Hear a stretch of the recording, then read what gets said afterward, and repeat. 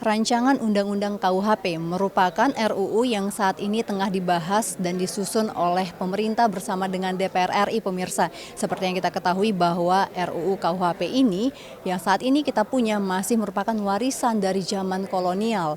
Oleh sebab itu, menanggapi dengan adanya penyusunan RUU KUHP ini, hari ini Komisi 3 DPR RI menggelar rapat dengar pendapat umum dengan narasumbernya yakni dari Aliansi Reformasi KUHP, di mana pemirsa RDPU kali ini dipimpin oleh Ketua Komisi 3 DPR RI Bapak Bambang Wuryanto, dan untuk narasumber kali ini berasal dari Aliansi Reformasi KUHP yang merupakan lembaga NGO yang terdiri dari kurang lebih 40 lembaga.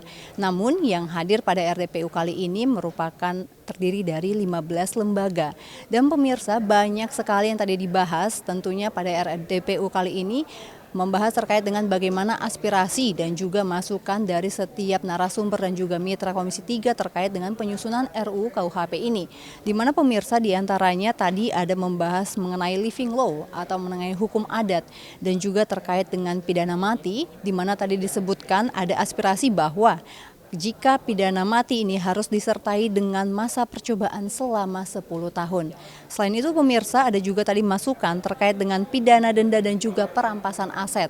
Nah, terkait dengan perampasan aset terhadap pidana denda yang tidak sanggup dibayarkan hanya boleh dilakukan kepada korporasi. Selebihnya untuk individu hanya boleh dilakukan dalam kondisi yakni pembayaran uang pengganti dan juga pembayaran restitusi.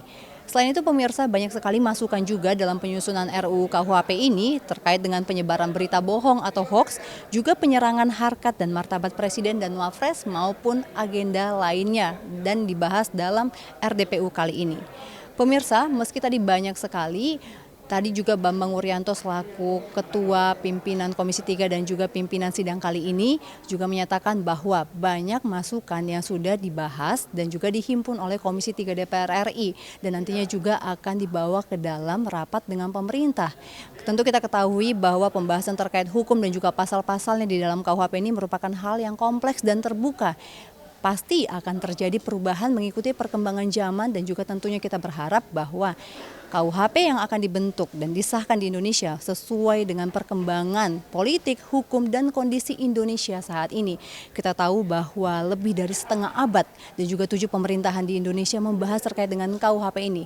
Dan pemirsa, tadi juga ada disampaikan oleh salah satu anggota DPR RI dari fraksi P3, ada Bapak Arsul Sani, yang menyampaikan apresiasinya terhadap masukan dari asosiasi dan juga perhimpunan dari KUHP ini, di mana disebutkan bahwa banyak sekali aspirasi dan dalam penyusunan RUU ini aspirasinya tidak tunggal sehingga membutuhkan DPR perlu menelaah lebih lanjut dan mungkin akan mengambil jalan tengah dalam menentukan setiap keputusan untuk RUU KUHP ini.